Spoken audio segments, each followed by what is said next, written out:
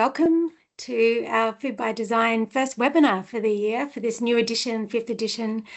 My name is Caroline Williams. I'm a senior publisher at Nelson Cengage and have the pleasure of working on this new edition with our presenters today, Laurel Tully and Heather McKenzie, and Glenys Heath, who isn't with us today, she's overseas. But before we get started, people are still joining, we might read the Welcome to Country. Good. Sorry, wait me a second. Okay. In the spirit of reconciliation, Cengage Australia acknowledges the traditional custodians of country throughout Australia and the connections to land, sea and community. We pay our respect to their elders, past and present, and extend that respect to all Aboriginal and Torres Strait Islander peoples today. And just a little bit of housekeeping as everyone's getting settled. This webinar is being recorded and the recording will be sent out next week to all who've registered. We have designated a Q&A time at the end of the session. There's a lot to get through, so we'll do our very best. Please put any questions for Laurel and Heather in the chat or the Q&A, and someone will be monitoring that during the session. In case we run out of time at the end, a team member will be in touch with an answer to your questions. Please contact us, for any post-event questions or queries via the email in the chat. Okay, so just about the presenters, just before we get started. So Laurel and Heather have had a very long and close association with food technology in Victoria as teachers, assessors, consulting on curriculum over the years, delivering professional development, and as past presidents of Home Economics Victoria, both of them actually. Their deep understanding and love of the subject and of how curriculum and food tech classrooms have evolved over time, over the years, and combined with their tireless and unwavering passion for supporting teachers and engaging students in the multifaceted world of food really is something to behold. I've had the privilege of working with them up close over many years now. Food by Design is now at its 5th edition.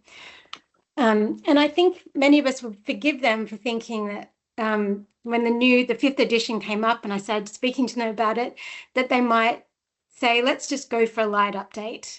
The curriculum hasn't had major changes, although there are some really substantial and significant ones, but I think I would have forgiven them for saying that, but they absolutely didn't say that at all. And all along the way over the years now that we've been working on this edition, they've challenged themselves, challenged me and the team at Nelson to really take the opportunity with this new edition to really come at the subject and make sure that we're really delivering the most up-to-date resources that we can that are really going to support you as teachers and really engage your students in this subject. So today's session on sustainability is a really good sort of entree, I guess, or entry to the new edition, a great way of introducing it to you all, because it's a subject that is sort of filtered throughout all of the chapters. And I think it really will demonstrate just the approach that's been taken with this new edition. And we're so excited for you all to see it. I'm really proud of what we've produced or what we're in the middle of producing. It's getting really close to being able to send it to print.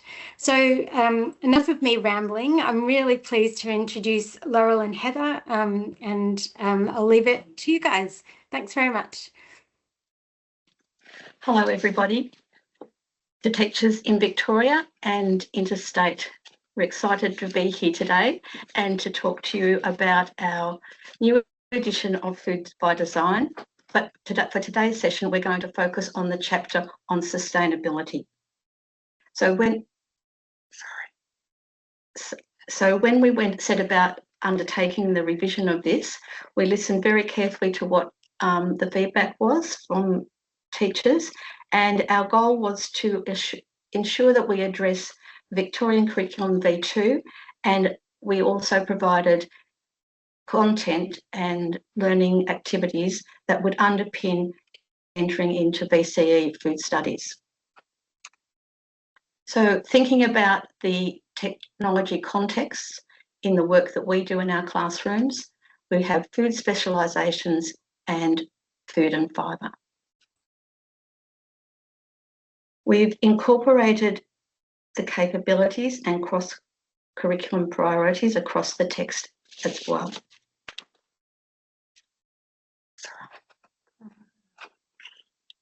Sorry, just go back.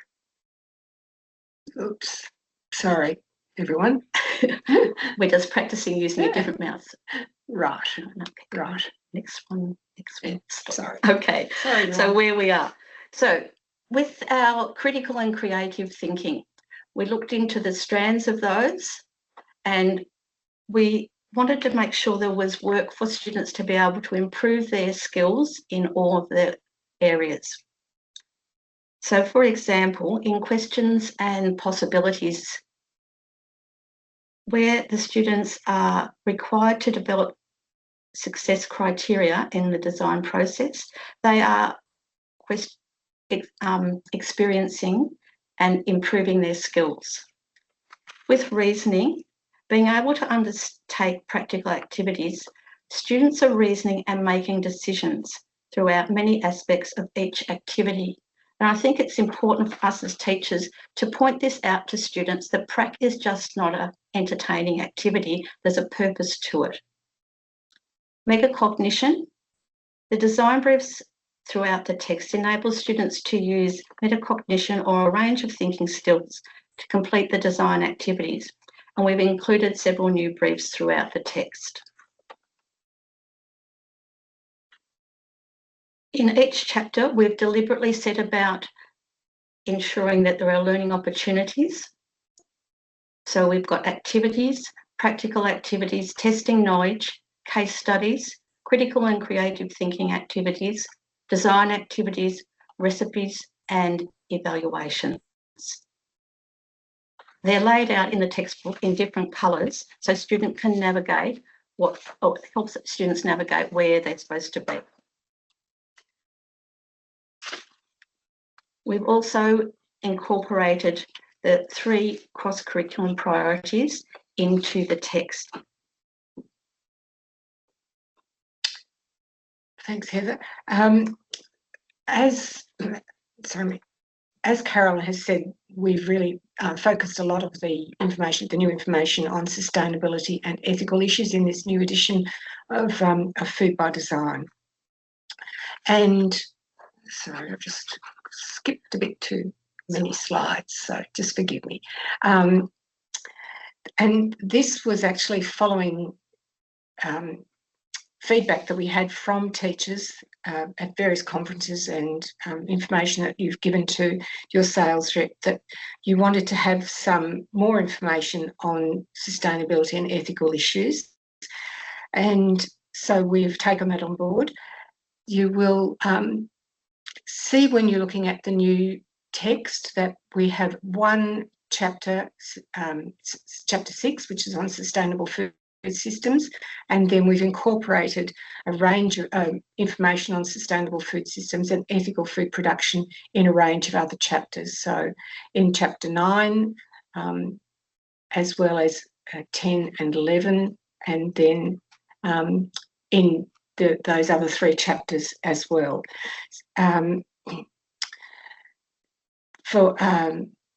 So for example, in the milk, cheese and yogurt chapter, students will be able to look at information about the ethical issues that are facing Australian dairy farmers, and then the environmental impact of milk production.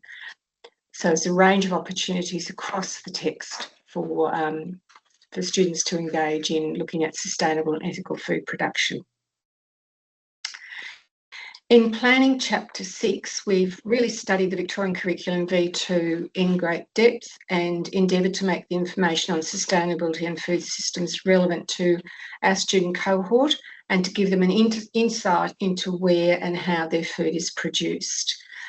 And with this chapter, we've consolidated a wide range of information that will address the many aspects of the topic of sustainability.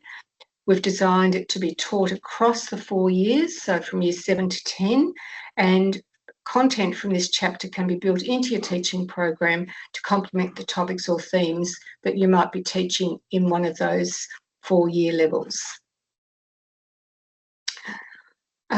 Feedback from teachers too about food solutions is that one of the most valuable teaching tools that they have found in these texts is the infographics at the start of each chapter. And one of the things that we are most excited about with this new edition is that we've incorporated an infographic into the opening page of every chapter. And as you can see from the screen, they're very simple yet visually engaging images. They're very useful if you want to give students an overview of the information in the chapter, or in some cases they can be used as a very good summary tool. And you can actually see too on the screen how they are going to help students in their learning as well. In terms of sustainable food systems, we're starting to introduce students to the language and concepts of VCE. So we feel it's never too early to start looking at the language and the concepts that they will be introduced to in their VCE food studies. They don't need to necessarily know the language or understand the concepts completely, but if they've heard it and encountered it before, then these concepts will become more accessible to them as they move into year 11 and 12. In terms of foods, in terms of this slide, we're looking at a range of concepts that we've incorporated into this chapter, and there is detailed information under each one of these subheadings in the chapter. So we're looking at food security, food systems, food labelling, Australian supermarkets, and sustainable food systems. In addition to addressing food security and sustainable diets, we're introducing students to these concepts that they'll find throughout the text. So students are introduced to a definition of food security. So what does it mean? And also we've included information on the 5 components of food security to help them understand the broad nature of food security, so that it doesn't again come out of the blue and they're not familiar with these terms when they reach year 11 and or year 12. Food sovereignty, as those of you who teach senior food studies in Victoria will understand, it's a very complex concept. So if you're working with year 9 or 10 particularly, it's a way to introduce students to the concepts of food sovereignty. The definition of food sovereignty and food citizenship that we've used in the text is slightly different from the VCE definitions that are in the food study design, because we've tried to simplify them slightly. There's still the underpinning meanings are exactly the same. In terms of food citizenship, again, we've used the same principle of introducing this concept in this text for year 7 to 10. For example, and so you will be able to incorporate this concept of food citizenship throughout the text or throughout areas that you're teaching. So you might discuss food citizenship, for example, if you're teaching ethical issues in making, if students are purchasing eggs, for example, if you're doing the meat, poultry, fish and eggs chapter. So it's easy enough to incorporate these concepts as you're teaching, rather than trying to teach them as a standalone concept. Sustainable diets. We felt it was really important to introduce students to this term of sustainable diets, because it's become apparent that this term will be introduced into the reviewed Australian dietary guidelines that are to be released in 2026. So the definition that we have used in the text is the definition that comes from the Dietary Guidelines Sustainability Working Group. So again, it's going to be something which they will be familiar with and will be a term that they have heard before. Moving on to Australian food systems. So here in this part of the chapter, we've used the definition, but we've also used a diagram to explain the definition. And I think it's important then throughout the text that follows, we've got the definition set within the context of the narrative of the text. So it's easy for students to get an understanding of what a food system is and how it fits into their lives and the bigger picture across Australia. One of the activities that we've put in here that we found after we've trialled a few of these things is the activity which looks at current Australian food systems, and this is using the resource of SBS On Demand and the Field to Feast. Many of you might have already used some of this in your classroom. It's very accessible. The great thing is the sessions are about 25 minutes, so they fit within lesson time easily. What I really liked about it was that it also had clear segments that you could stop the video, give the students a chance to do some of the analysis questions which we've got in the text. And it's an opportunity to chunk your lessons and bring the students back to the learning goal or learning intention and keep them engaged at the work so that they're not just sitting and having a 25-minute time of watching a video, so to speak. One of the great things about this Field to Feast session is that it does show tomatoes growing in north central Victoria, so around Shepparton. And another part that's really lovely is the families from Italian heritage that have demonstrating their family gatherings, getting together and making the annual batch of passata. So again, it looks at food in a whole context of everyday life. Now, food labelling. Now, this is a critical part of the Australian food system, and we've deliberately set it into this chapter so that it's, again, easy to find. And that was one of the parts of the feedback to the marketing people, that although we had it in previous text, it was difficult to locate when you wanted to teach it. And with this, our goal of including the basic information that's on a food label is to empower students to become better informed consumers and make good decisions about the food that they eat. With this work of the labelling, it's a great opportunity to introduce practical activities to the students, and we've broken this into two sections. So the first part of the practical activity, 6.1, students are focused on the labelling information on the different types of rice crackers. So it helps to improve their food literacy and their content knowledge.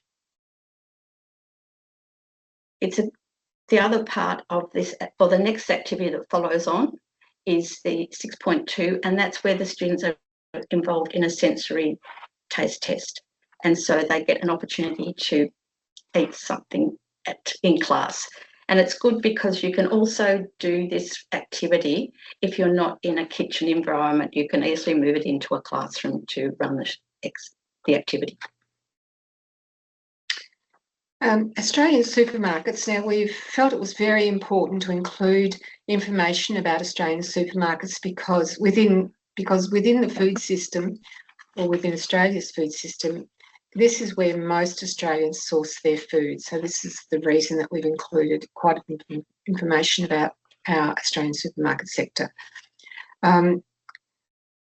Within the text, we cover the landscape of the Australian grocery market. So we've included information about the main players in the sector, as we're all aware of Woolworths and Coles and the dominance that they have in the supermarket sector, and the rise of Aldi that's starting to increase, and then smaller players such as Metcash. We also discuss the fact that there are many individuals and families that are vulnerable to food insecurity. So considering how they are actually able to find support to actually provide their food for their families. So looking at the role of Foodbank and OzHarvest. We also have have got quite a bit of information on the influence of supermarket sector on the health of Australians, which is really quite concerning when you consider the abundance of the ultra-processed foods that are available in the supermarket and the impact this has on the health of all Australians. So this is quite substantial, and I think if we look at the information to do with the health sector and the rise of overweight and obesity amongst the Australian population, then this is incredibly significant. We've included a case study on some of the most popular foods in the supermarket. So again, looking at what are the foods that are most commonly purchased, and then we've also, with this case study, and as well as every other case study, we've included graded evaluation questions so that there are opportunities for all students to be able to have some success in answering the evaluation questions, to read through the text, to be able to come up with an answer or a response that's going to that they're going to be able to answer that evaluation questions, but also to have some more challenging questions for those students who are able to look at information in more depth. Sustainable food systems, again, this is really one of the key components of this chapter 6, and again looking at the concept and language of sustainable food systems so that it takes them through into VCE with some greater confidence. Within the text, we unpack the 4 pillars of sustainable development. So as mentioned previously, this will be a very key aspect of the revised Australian Dietary Guidelines. So looking at economic sustainability, social sustainability, environmental sustainability and cultural sustainability, and how these combine to become such an important part of our sustainable development. We've also provided detailed information about some of the challenges to sustainable food systems. So what is it that will cause our food systems to be in jeopardy? So here we've spent, again, we've included some very relevant information about 3 of the key areas that are going to be that can cause issues for sustainable development. So looking at climate change, a loss of biodiversity and land degradation. So those 3 areas are quite critical to sustainable food systems. In terms of a practical activity here, we've included one which some of you may have done something similar before, but looking at a practical activity on sensory analysis and taste testing alternative sources of protein. So if we're looking at the fact that we're trying to reduce our consumption of meat and meat, red meat in particular, then looking at some ways in which we might be able to find protein sources other than that. Now, if you're doing a taste testing like this, we would suggest that, and it's probably something you're all very well aware of, that you need to approach this activity and prepare the students in a positive way so that they see this as an exciting activity and they're going to try something that's new to eat. Now, we know that some of them might be a little cautious about this, or turn up their nose, or be oohing and ahhing or groaning about having to try some of these products. But we would recommend that you set clear classroom protocols for conducting a taste test. So certainly this shouldn't be the first taste test that they do, and we know that you will have strategies in place so that if the students don't want to eat the whole sample, for example, they might think mealworm snacks are not something that they really want to try, then make sure that they can discreetly dispose of whatever part of that sample that they don't want to eat, perhaps by having some paper towel available for each of the students. The practical activity works them through the analysis and then it guides them about how to form a conclusion. Now, we've suggested that you can try, and some of you will have tried snack crickets, which are very crunchy, mealworm snacks, or ant candy. And I was thinking about this the other day, and if I was starting this, I'd probably start with the ant candy because that might be sweeter and that'd be something that they'd be willing to try. I like the snack crickets best. I like the crunchy part. Pardon me. And we'll make sure that we include these resources in the Scope and Sequence program. The impact of climate change on grain production. So this is where we are just giving you an example of going across to other chapters to look at sustainability. So keeping some of the information about sustainability in a relevant chapter, but across the text, it's available to you and your students. And so we're looking at grain production, and this is in chapter 9. So here we've focused on the two main grains grown in Australia, rice and wheat.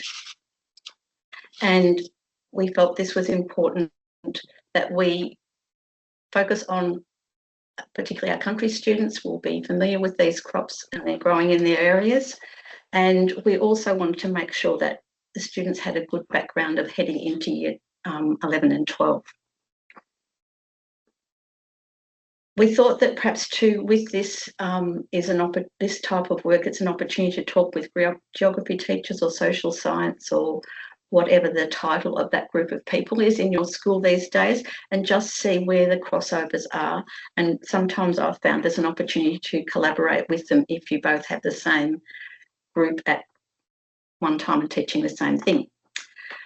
The other day, now just what I was thinking about too, the other day I read an article about a farmer who was in New South Wales, a wheat farmer, and he talked about the no-till cropping system, but he described it as the no-kill cropping system because it doesn't turn up or turn over the soil, no chemicals are used, and it retains moisture so the soil minimises the land degradation.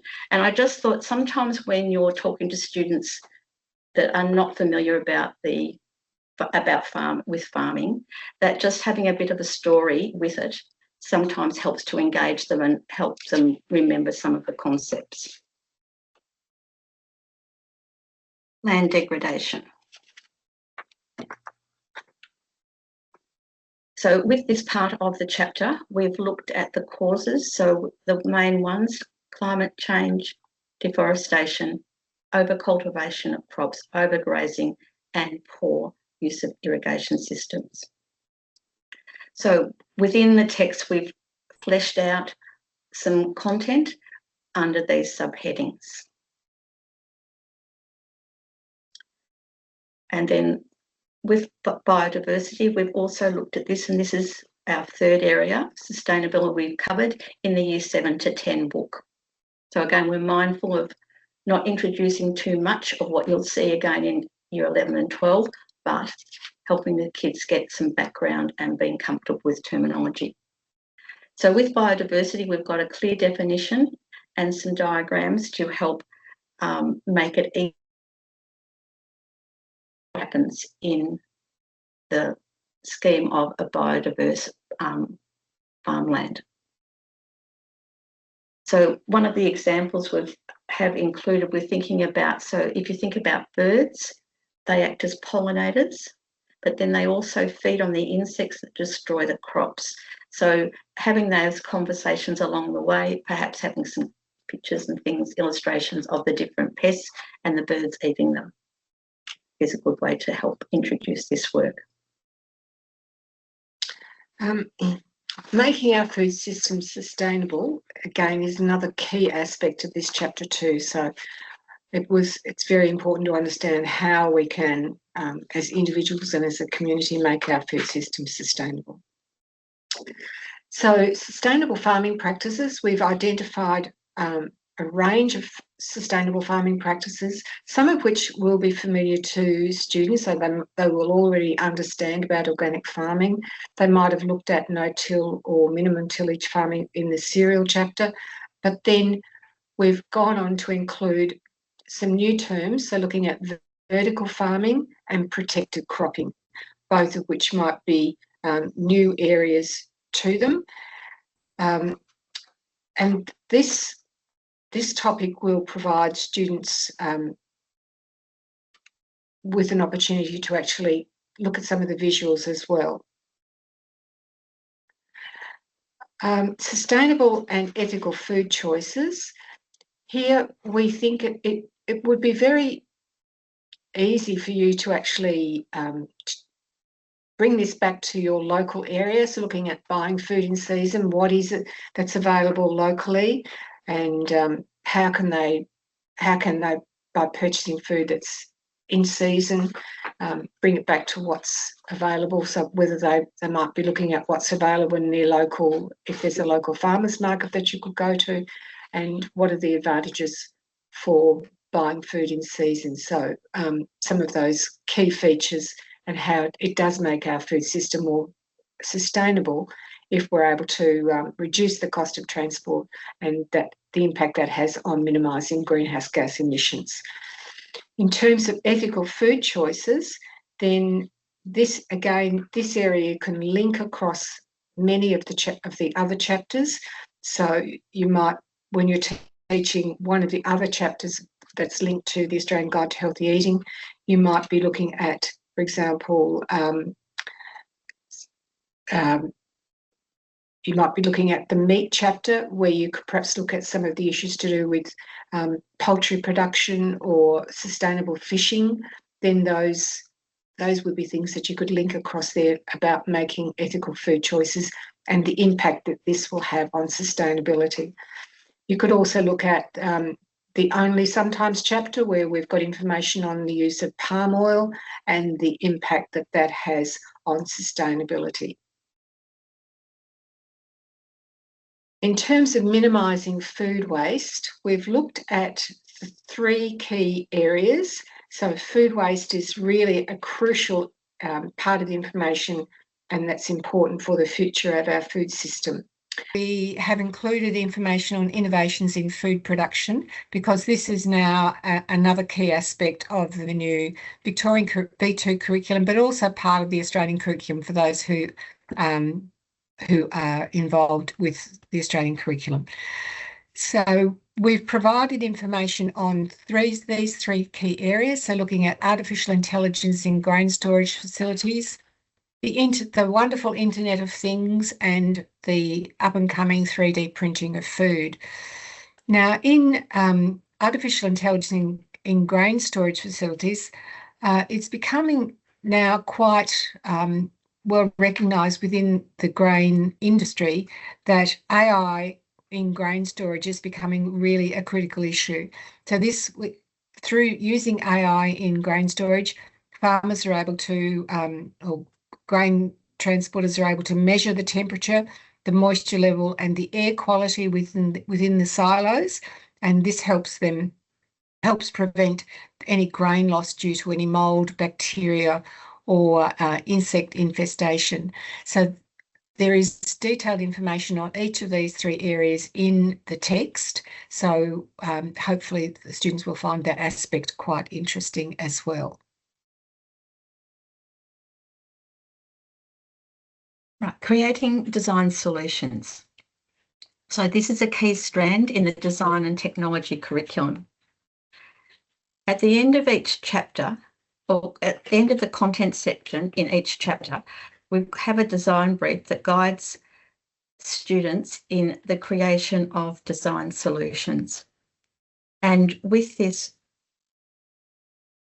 we go to the next slide. Yeah. So with this, we've started, as you know, we start with the design brief, and then we go to our sub-strands of investigating, defining, generating and designing, planning and managing, producing and implementing, and evaluating.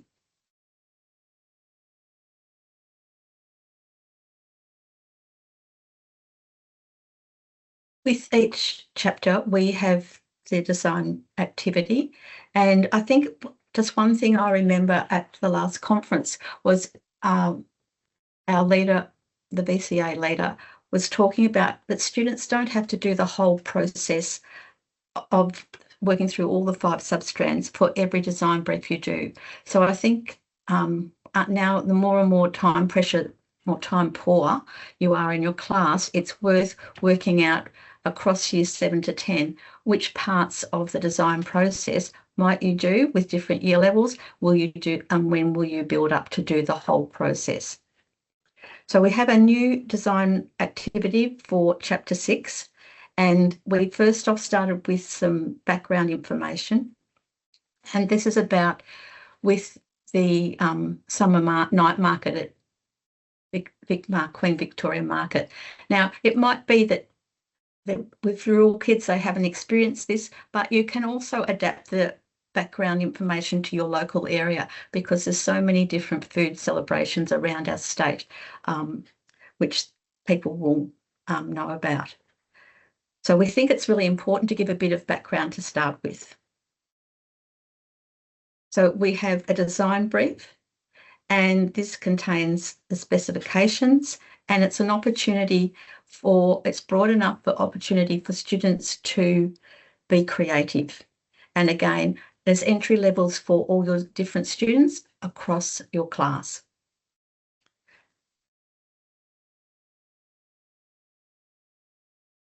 In each of the design activities, we've given some guidance for students in each substrand within the activity. And this is not mandatory. And again, you might not want them to do all the different options, but there's ideas there for you to get started with your students. So just with the night market idea, we've got some new recipes in this textbook too. And this is one of the ones that we really like, the Thai caramelised chicken bowl served with an apple, carrot and ginger slaw. So we're thinking this might be a prac activity that you might like to do alongside working on your design brief and getting all the research and that underway, because it just gives the students permission to be a bit more daring, because you don't really want to see a classroom of everybody doing Thai green curry. We're past that.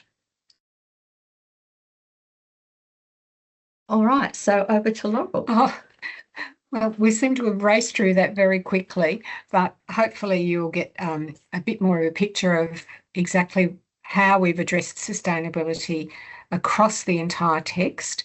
The next session, which is on Thursday, July the 24th, it's going to be a completely different approach. So we're going to be looking at a range of other different aspects of teaching year 7 to 10 using the new Victorian curriculum. And hopefully those of you who haven't taught it before, you'll get a lot of background information about how to design some units of work that what we hope to do is to be able to get them to apply principles of nutrition to everyday life.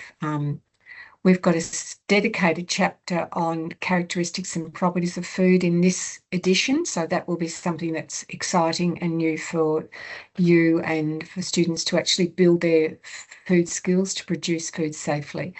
And then we're going to look at also some ways in which they can develop an understanding of contemporary food issues.